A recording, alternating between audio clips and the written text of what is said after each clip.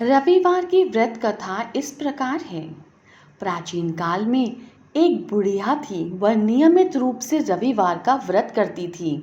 रविवार के दिन सूर्योदय से पूर्व उठकर बुढ़िया स्नान आदि से निवृत्त होकर आंगन को गोबर से लीपकर स्वच्छ करती। इसके पश्चात सूर्य भगवान की पूजा करती तथा कथा सुनकर सूर्य भगवान को भोग लगाकर दिन में एक समय भोजन करती। इसी तरह रविवार का व्रत करती। सूर्य भगवान की कृपा से बुढ़िया को किसी भी प्रकार की कोई चिंता व कष्ट नहीं था। उसका घर धन धान्य से भरा हुआ था। उस बुढ़िया को सुखी देख उसकी पड़ोसन उससे बहुत जलने लगी। बुढ़िया रोजाना पड़ोसन के आंगन में बंधी गाय का गोबर लाती और अपना घर लीपती। शनिवार के दिन रात को पड़ोसन ने अपनी गाय को घर के भीतर बांध दिया ताकि बुढ़िया अपना घर ना लीप सके। रविवार को गोबर न मिलने से बुढ़िया अपना आंगन नहीं लीप सकी। आंगन न लीप पाने के कारण उस बुढ़िया ने सूर्य भगवान को भोग भी नहीं लगाया और उस दिन स्वयं भी भोजन नहीं किया। सूर्यास्त होने पर बुढ़िया भूखी प्यासी ही सो गई। रात्रि में सूर्य भगवान ने उसे स्वप्न में दर्शन दिए और व्रत न करने और भोग न लगाने का कारण पूछा।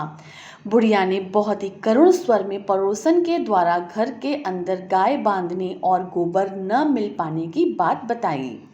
सूर्य भगवान ने अपनी अनन्य भक्त बुढ़िया की परेशानी का कारण जानकर उनके सब दुख दूर करते हुए कहा, हे माता, तुम प्रत्येक रविवार को मेरी पूजा और व्रत करती हो। मैं तुमसे अति प्रसन्न हूँ और तुम्हें ऐसी गाय प्रदान करता हूँ जो तुम्हारे घर आंगन को धन धान्य से भर देगी, तुम्हारी सभी मनोकामनाएं पूर्ण करेगी। स्वप्न में उस बुढ़िया को ऐसा वरदान देखकर सूर्य भगवान अंतर ध्यान हो गए। प्रातःकाल सूर्य देव से पूर्व उस बुढ़िया की आंखें खुल गईं तो वह अपने घर के आंगन में सुंदर गाय और बछड़े को देखकर हैरान हो गई। गाय को आंगन में बांधकर उसने जल्दी से उसे चारा लाकर खिलाया। पड़ोसन ने उस बुढ़िया के आंगन में बंधी सुंदर गाय और बछड़े को देखा तब वह उससे और अधिक जलने लगी। तभी गाय ने सोने का गोबर दिया। गोबर को देखते ही पड़ोसन की आंखें फट गईं। पड़ोसन ने उस बुढ़िया को आसपास न पाकर उस गोबर को उठाया और अपने घर ले आई तथा अपनी गाय का गोबर वहां रख दिया। सोने के गोबर से पड़ोसन कुछ ही दिनों में बहुत धनवान हो गई।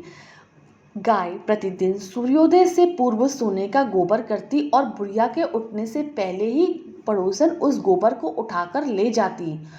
बहुत दिनों तक बुढ़िया को सोने के गोबर के बारे में कुछ पता ही नहीं चला।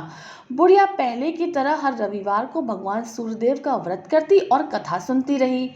सूर्य भगवान को जब पड़ोसन की चालाकी का पता चला तो उन्होंने एक दिन तेज आंधी चलाई।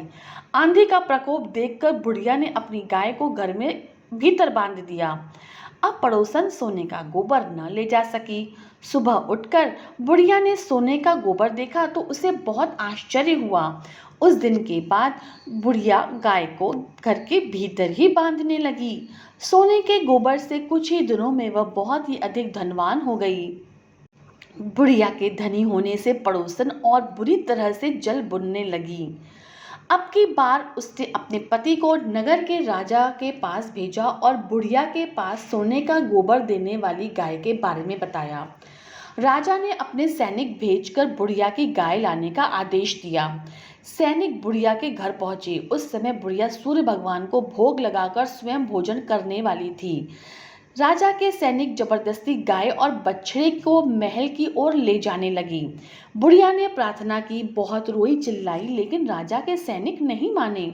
गाय व बछड़े के चले जाने से बुढ़िया को बहुत दुख हुआ। उस दिन उसने कुछ नहीं खाया और भूखी प्यासी सारी रात सूर्य भगवान से गाय व बछड़े को लौटाने के लिए प्रार्थना करती रही। गाय देखकर राजा बहुत खुश हुआ। सुबह जब राजा ने सोने का गोबर देखा तो उसके आश्चर्य का ठिकाना न रहा। उधर सूर्य भगवान को भूखी प्यासी बुढ़िया को इस प्रकार प्रार्थना करते हुए देखकर बहुत दया आ गई।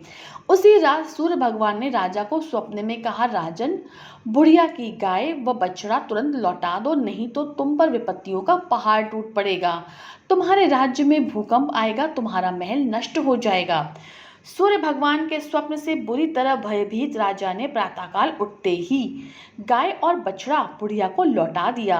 राजा ने अपनी तरफ से भी बहुत सा धन देकर बुढ़िया से अपनी गलती के लिए क्षमा मांगी।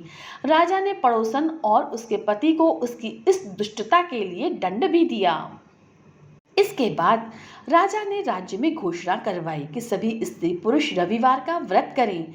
जनता ने भी ऐसा ही किया।